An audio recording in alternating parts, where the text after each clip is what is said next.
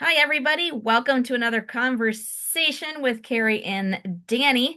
Um, I guess it's going to be the shortest day of the year for you today, Dani, and longest one Today or for tomorrow? me, either today or tomorrow. So, very much different with the weather. I know I was out mowing the yard for a couple of hours this morning, and I know Dani just is starting her day down there. So, um, anything you wanted to talk about today, Dani? Um, I shouldn't have looked out the window when I said that because my first thought was it's nearly 8:30 and it's still dark, but that's not what I want to talk about. No. I I don't I think this could be another one of those no tidy bow conversations, but Mm, I saw a joke on Facebook that made me laugh and then it suddenly wasn't funny. It was one of those little memes. I call them postcards, but you know the little memes hmm people post. It was it was something about your body, is your body a temple or do you get a new body? And I can't even remember why I thought it was funny now because the not funny bit of it's still sticking with me. Have you seen that floating around Facebook at all or? I do, and now that you talked about it a little bit more, of course, I'm starting to remember a little better. And I think it said something to the effect that there are two types of Christians.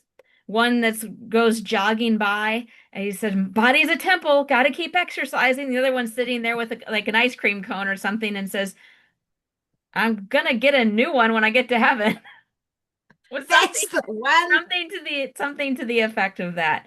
That there are two schools of thought on that. Yes, our body is a temple, but then we're gonna get a new one at some point. So should we enjoy life right now? Kind of, I think that was anyway. Go ahead. That's the one. Did you have any thoughts about that when you saw it? Well, and I Which one think do you think you are? it depends on the day. And I think there's a combination of that. When you get your aches and pains and I'm pushing 50 now and, you know, things hurt a little bit in the morning when you wake up and you're like, well, maybe I should exercise. Well, I'm gonna get another body. It's fine. And then there's other times like I gotta take my supplements. I need to get exercise. I need to get my sunshine and start feeling better. But I think sometimes if you over focus on the body as a temple kind of deal, like you're Hmm. missing out on a lot of enjoyment in life, is my opinion. I think it's always kind of been that way. I've never been one to uh not have a little dessert now and then or some cheese or so. Yes. I I had some split reactions to it when I read it. Like I said, initially I laughed, and then I was like, eh. Um, and I think the reason I had a bit of a reaction to it is because it's a whole pile of layers. One, I think because it touches on the whole feminine beauty thing. Hmm And two, because I grew up in a culture where your body as a temple was really, really pushed. hmm Especially the time that I spent in the conservative Adventist side of the church. hmm When I was in the conservative side of it, it was really pushed to the point that I think I've shared once before, that I had hot potato chips. I think you guys call them fries. hmm And the guy I was dating at the time, I must have been about 18 or 19, and the guy I was dating at the time used to actually speak and do a little bit of speaking and stuff in the conservative section of the church. And we were out at a huge big expo show thing, and there was nothing else to eat that was vegetarian. There's nothing. So I had some hot fries, and I can remember him. He was very upset and told me that obviously my body's a temple, and that the healthier I keep my body, the clearer my mind is, and the clearer my mind is, the closer I can commune with God. So the fact that I was eating hot potato chips with salt and tomato sauce meant that I obviously didn't want a relationship with God that was the best that it could be. And he was really disappointed in me. And at the time, I thought I was in love. And of course, that was really traumatic. It hmm sounds silly now, but think about being 18 and in love, and this person's going, well, Clearly, you're not as serious about God as I am because you're eating potato chips and not treating your body like a temple. Gross. Um, so you haven't had too many experiences with that super strict side. Um, not not in my own family per se or in my own inner circle, but certainly with some of my experiences as an adult when my husband was pastoring, some of the people that we came in contact with, um, also growing up in the church that I did was very close to Andrews University. And so we would get a lot of, it tended to be maybe a little more on the conservative side.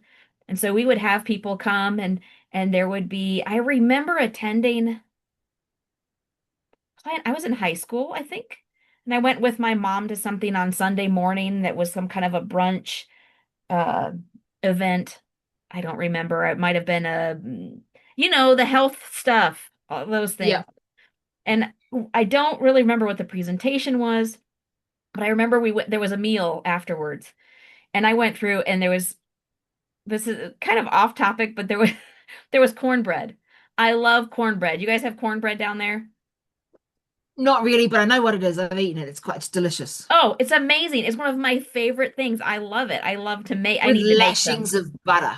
Oh, butter, and you put a drizzle of honey on it sometimes, or anyway, I took a piece of this and I knew who had made it and I knew it was vegan but I took a chance.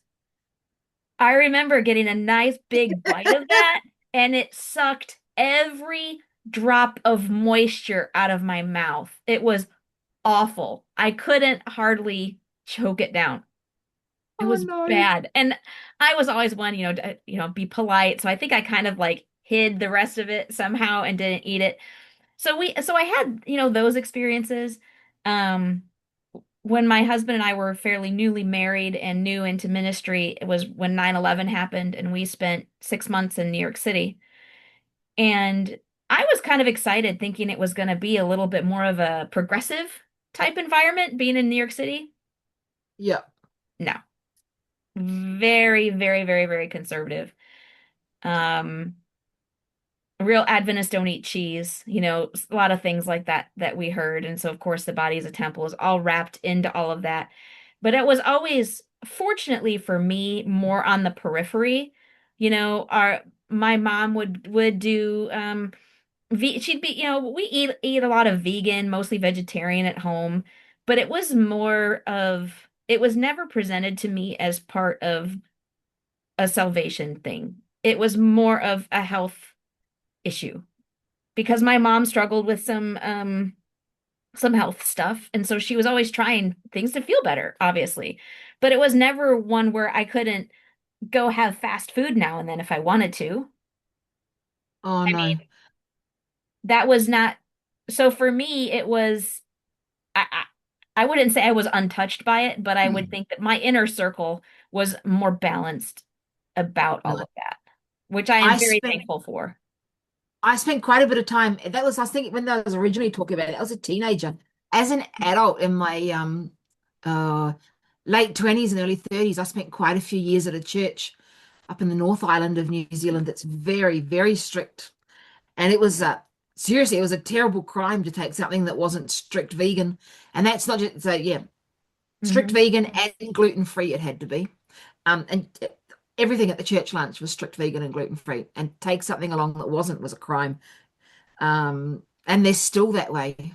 In fact, one of the church members ended up going to jail because I don't remember the whole story. It's in the news. You can always Google it somewhere, but they snatched their baby out of the hospital and did a runner with it, and they wouldn't let it have it was a B12 injection or a vitamin K. It was something really simple, Hmm. and took it home and it died for the want of a vitamin injection. They thought they could treat it with food, and yeah, they ended up going to jail. It was all over. It was a big, big thing in the news. Actually, you asked me once before about did I tell people I was Adventist or not? And I think that was one of the big turning points when I started to keep it secret because, you know, everybody knew the story over here. Yeah, Um, that wasn't great press. And the weird thing with the whole Like I can kind of see, I can totally understand the vegetarian potluck situation. Vegan, maybe, but gluten free, that's not, that's way extreme. Like I have friends that when my husband was pastoring, pe other church members that were gluten free because they were celiac. And if I knew that they were going to be in town, I would really try to bring something that they could eat. But one thing that they dealt with, we had a lot of in one of the churches my husband pastored, we had people who were big into the chip program. Yes, And we still so, have the here. yeah. So he this particular church member was diagnosed with celiac, and and he's a trucker. So it's very hard as a truck driver to sustain life and be gluten-free and vegetarian and vegan at the same time. And so, of course, he's having some things that they didn't approve of, and they were just so down on him about that. I'm like, the dude needs protein. He needs food. I don't understand why you're being so inflexible about it, you know? It was very hurtful for that couple in particular, how they were treated because of his allergy, and things. So I always tried to make sure I had something that he could have. It's so I know that this whole thing had a bit of an impact on my mum as well, I'm um, sure. and stuff. And I remember as a child, she was permanently on a diet. When I look back at pictures, she was roundy, but she was never really large. Hmm. But curvy, not large and stuff. And so I remember she was permanently on a diet when she was when we were kids, and she ended up getting some extra diet pills from the doctor, and I think that helped at one point. And just I'm trying to think where I first heard it, but of course it was a really big thing everywhere about your body as a temple thing, is that we're the church, when I was Adventist, you're the church that's got the special health message, and you can't share that health message if you don't look really healthy. And to look really healthy, you've got to be thin. Hmm. Um, and so it was a really big thing for so much of my childhood and my life. Seriously, I still I can remember I'd have been about 14 years old. I can remember my mother chasing me around the block with a stick, and she'd whack me to the point where I sat down on the curb and refused to move because she couldn't whack my butt with the stick if I wasn't moving because I had to be thin. Um, no, that's not what she said. So she didn't say she had to be thin. Her exact words were something along the lines of, sorry, that's an oxymoron. Her exact were something like, so, you know. You Um, remember her saying, yes. The point of the whole thing was one, there was the whole thing been shoved into her about the health message, and you can't teach it if you're not looking healthy. And somehow she had transposed that also in her head, and what she told me my whole life was, you'll never get a nice husband. And you know, if you're an Adventist, it's really important to get a nice husband. You'll never get a nice husband if you're not thin. Watch the men at church, she'd say. They only look at the thin ones as they walk past. I've seen pictures of me as a kid. I was I was pretty skinny, really. I mean, I spent my whole childhood thinking I was fat, but I've looked back at the photos and no, I really wasn't. do you ever wish Um, that you could just go back to the time where you first thought you were overweight? I think about that too. I'm like, the first time I thought I needed to lose weight, I was skinny. yeah, as opposed to now. Right? Just, Um, but you know, it's really hard at that age to be told that you know. And so yeah, I have to say that I do not feel that being chubby has landed me with a not nice man. She was completely wrong. But this is not about picking on my mum. It's about the culture that she grew up in. It was the whole mhm. culture. Um I can remember my mum saying, even as recent as, oh, so I don't want to, it's not about throwing my mum under the bus, right? Because it was the whole culture. She wasn't the only person saying this, but I can't quote anybody else's names, can I?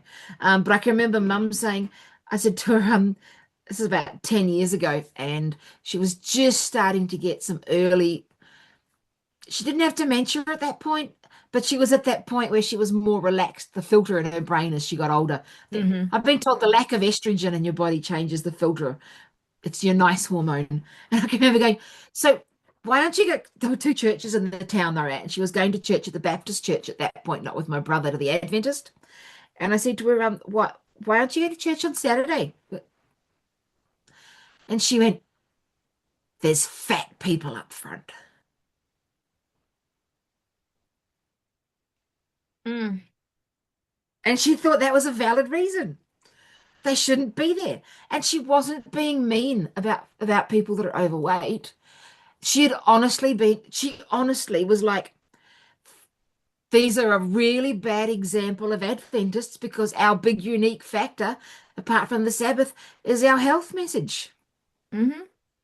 Yeah. How are we, it was and so that's the rabbit hole my brain went down when I saw the joke about the two sorts of Christians. Yeah. Yeah. Um, I hence why it wasn't horrendously funny.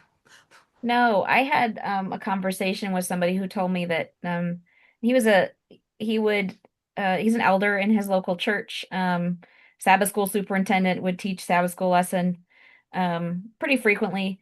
And during COVID was on Zoom teaching Hmm. Sabbath school, and somebody complained that he shouldn't be on video or online teaching the Sabbath school because he was overweight.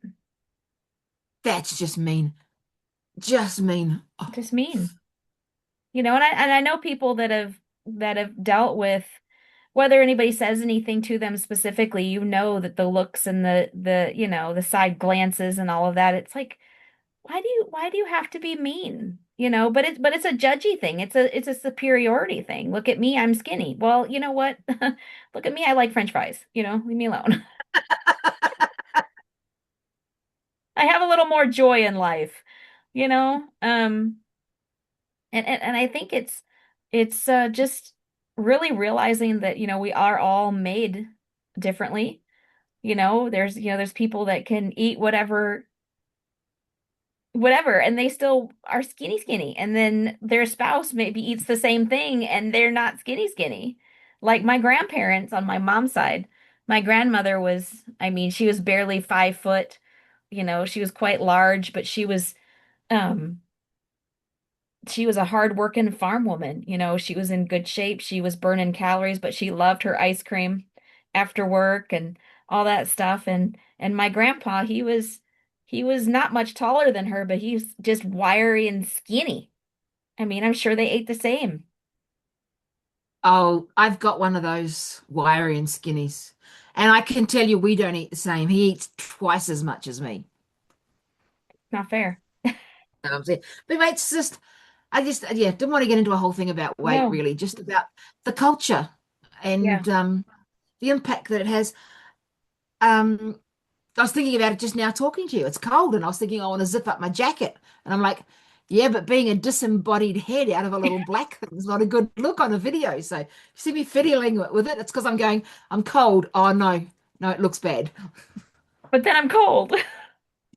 Um, so I'm planning to come back to this topic again. Hmm. I'm planning to come back to this topic again. Maybe not next time we talk, but coming back to it again because it led me to do some reading. And I haven't finished what I'm reading. It's another rabbit hole off this about really interesting thought. I did some research into it and I found some stuff that I haven't worked out how to prove yet. And so I did see was reading some stuff that said that it's been not translated correctly. The whole body as a temple thing comes from Paul's writings, and that it wasn't translated correctly, and that it actually, when he talks about it, he's not saying you as in your individual body as a temple. He's Mm. talking about the collective you. And that actually makes sense because if you look in Corinthians 12 and stuff, where it talks about everybody gets a different gift, and the gifts are for the collective use of the body. And Mm-hmm. then it talks about, Christ being the head of the body, so the head of the church. So church and temple are all sort of an interchangeable concept. Mm-hmm. So when I read that, it made perfect sense that maybe it's been mistranslated for us, and that the whole body as a temple is not my individual body. It's when collectively we get together as a body of Christ. It's a temple. Yeah. Because I can tell you absolutely with 100% certainty that God has never said, I'm not going to dwell within you, Danielle, because you got a few extra kilos. Yeah. He doesn't care. I've never felt a lack of that. But it led me into doing some reading, and I'd love to share what I've been reading, but I haven't finished the whole thing yet. And so I don't even understand all of what I've been reading yet. So I've been reading a little bit that covers the about the separation of mind and body, Mm-hmm. and how we became. And so I was looking after a joke that you put up about, yeah, the separation of mind and body. And so I was thinking about growing up with this whole Sorry, part of the rabbit my hole cat this, wants a snack, so I'm gonna take care of that while you're talking. yeah, part of the whole rabbit hole that this has led me down into is the separation of, I feel that I've grown up in a culture that separates your mind and your body. I feel like it's been the Bible talks about, Jesus said that I've come that you may have, I've give to give you life, and life to the full. And there's a lot of talk about joy as a Christian. And I Mm-hmm. think if we're disconnected from our bodies, that if I'm disconnected from my body, then there's a lot of that joy that I miss out on. And I feel like I've grown up disconnected in a lot of ways from my body. In a lot of ways, Mm-hmm. I'm not, because I ride horses, and you've got to be really aware of where your body is and what it's doing Sure. and your balance points. But that's not the same thing as growing up disconnected from it. And I feel that I grew up in a culture that disconnected your emotions and your body. Meaning, haven't you heard the whole mind over matter and fake it till you make it? I mean, that's like ignore what your body and your gut's telling you. Because Right. we talked about forgiveness and guilt, and it came up, with that. Mm-hmm. And got me thinking about it too, the whole, well, you just say in your head you've forgiven them and treated them like nothing's changed, and it doesn't matter how your body feels. It doesn't matter if you feel get the creeps and you want to vomit every time you see them. You've forgiven them. So you've got to like mind over matter, fake it till you make it, treat them with the right attitude. And that's just one example. I can think of lots and lots of examples. And did you grow up with the whole, basically, I don't know whether it's directly said or implied, your body is evil. You've got to overcome the flesh, and, you've got to bring every thought into submission type thing. And it's, yeah, it I starts to get really confusing. I haven't separated it all out of my head mm-hmm. yet, but I definitely grew up in a culture that said your mind's really good and you need to like train your mind on God, but your flesh is evil. Mm-hmm. Well, and I think I was taught more to not make decisions with your heart, make them with your head, kind of ignore your feelings. Yep. And that kind of ties into the SDA Q&A that Peter did recently about former Adventists being smug or upset, I think was kind of, I don't know if you were had a chance to watch that one with Ray Uh, Doherty. it's Um, on my list of things to watch later on this it weekend. it was good, but I think what happens is, and they were talking about how a lot of Adventists will say that us formers are just bitter and angry and stuff. And I think part of it is because we were taught to divorce our feelings from our decision-making skills. Absolutely. And so I think that's part of it. And that's also listening to your body too, because I know when I don't feel, if I'm nervous or something start like I feel this in the pit of my stomach, just like my stomach twists. Yep. And we're taught to ignore our feelings. And so when we use emotion to express the reasons we've done made our decisions, we're like, "Oh, you're just being emotional. You're just bitter. You're just mad." Like, okay, yeah, I am a little bitter. I mean, Mm. you and I have been through some stuff due to the politics of the church, due to the doctrine that was taught, and we're human. We're going to be upset because of the stuff that the church put us through.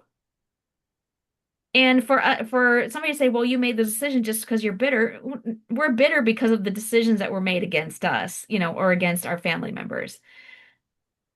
I would say that I'm not bitter Well, actually at all. I am well, good. just, I am a little bitter. no, I'm I'll not admit bitter. it.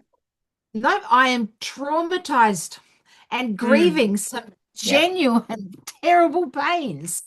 Yes. Yeah. So I'm just going to challenge you on the use of the word bitter because bitter actually fits in with what they're saying. You're not bitter, Hmm. Carrie. I want to challenge your use of that word. You've been told that that's bitterness. It's Mm, not. yeah, you're I've probably spent right. time with you. I've talked to you. You are not bitter. You Hmm. are bitter as you are genuinely grieving Hmm. injustices that impact on your enjoyment of life. And it's part of the healing process. And when you Yeah. get through it, you'll let a lot of it go. Hmm. Um, and so the fact that you even think, yeah, I'm bitter, and you can say that means that their brainwashing has worked. You're probably right. There goes the therapist in you. Of course, I'm right. Of course you're right. And I think that's the easiest way to explain it too is Yeah. is just to say that because otherwise it's, too involved just with all of the different emotions that come through all of the different memories that, good things and bad things. Um, yeah. That's the whole point of what I was originally getting heading to is what you were saying, okay? The good things and the bad things, and you were talking about ignore those feelings that you had of, those Hmm. uncomfortable feelings and stuff. You can't just put those unpleasant feelings, the ones they want you to ignore, and just act from your head. If you put them in a little box or you bury them away, Hmm. you can't just bury the unpleasant feelings. As soon as you do that and you start chucking feelings in a box full stop, you also lose some of your capacity to experience the good ones. So as soon as Mm. you start learning, it's taken me till this last week or two. Started me till this last week, starting to read this stuff to realize.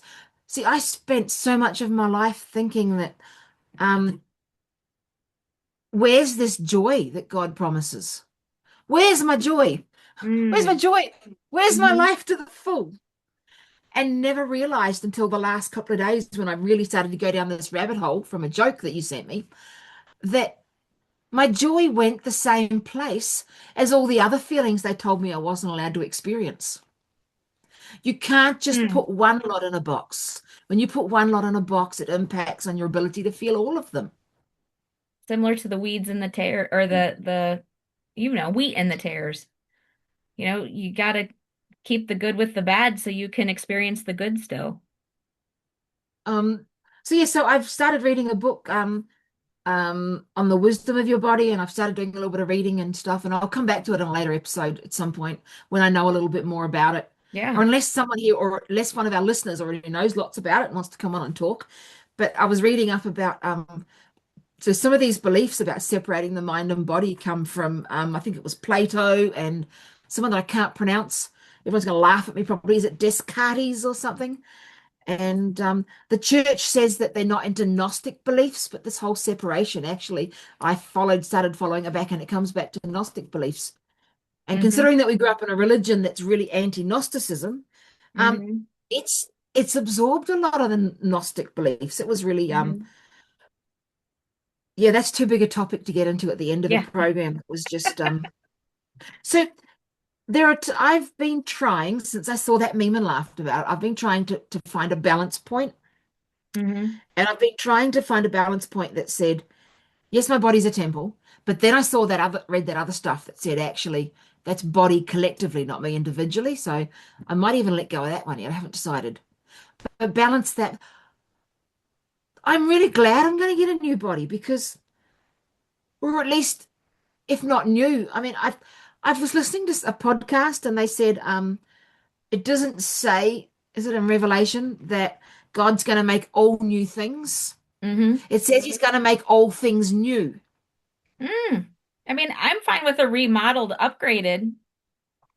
Yep, I'd just be happy with one that had less aches and pains, and like I Yep. got fused vertebrae in my spine from a motorbike accident, and um, I mean, we all have scars and all of that stuff too. It's like so we want to still be ourselves, but feeling good, looking good, you know. I'd probably, the whole your body is a temple thing. There were times when I didn't take as good care of it as I could have because I thought, oh, I'm going to get a new one eventually anyway. And I don't know Right. about you, but I never expected to live this long. I mean, I can remember, oh my goodness, back to last generation theology, just to finish there. I Hmm. can remember thinking, well, it doesn't matter if I do this and I take a risk and it doesn't matter if I ride this horse that's 99% going to toss me off and maybe break a bone or injure something. It doesn't matter because I'm not going to have to live with this body that I'm ruining for long. God's going to be back in a year or two. Oh, I know. I'm like I I feel wanted cheated. yeah, I've been cheated. He didn't come back and I've had to live with the mistakes I made. I've the got bad consequences of pieces our in my actions. body. No.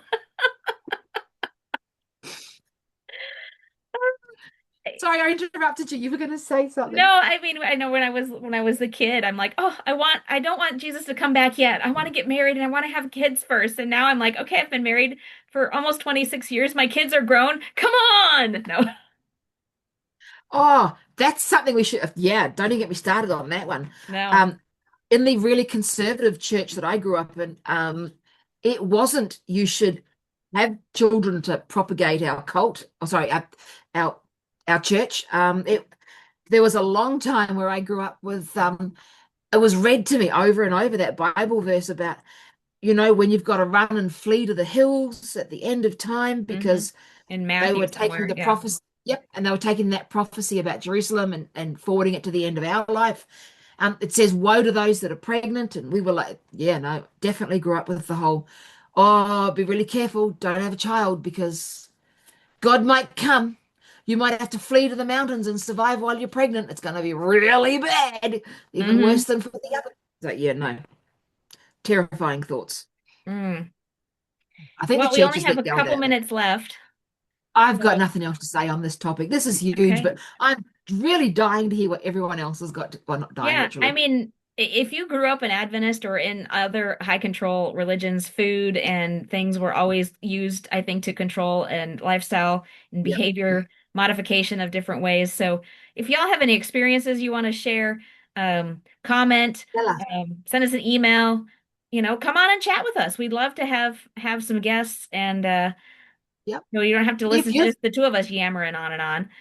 yeah, if you've got if you want, yeah, anyone that wants to share, if they've got any experiences about what you think and how you've lived out in your life, the whole your Hmm. body is a temple as opposed to you're going to get a new one eventually. Um, come let us know. We're not the only people having these thoughts. Yep. All right, everybody. Thanks for hanging in with us for another conversation with Carrie and Dani. We'll hope to see you next time. Have a super day. We'll talk to y'all later. Please like, subscribe, and comment.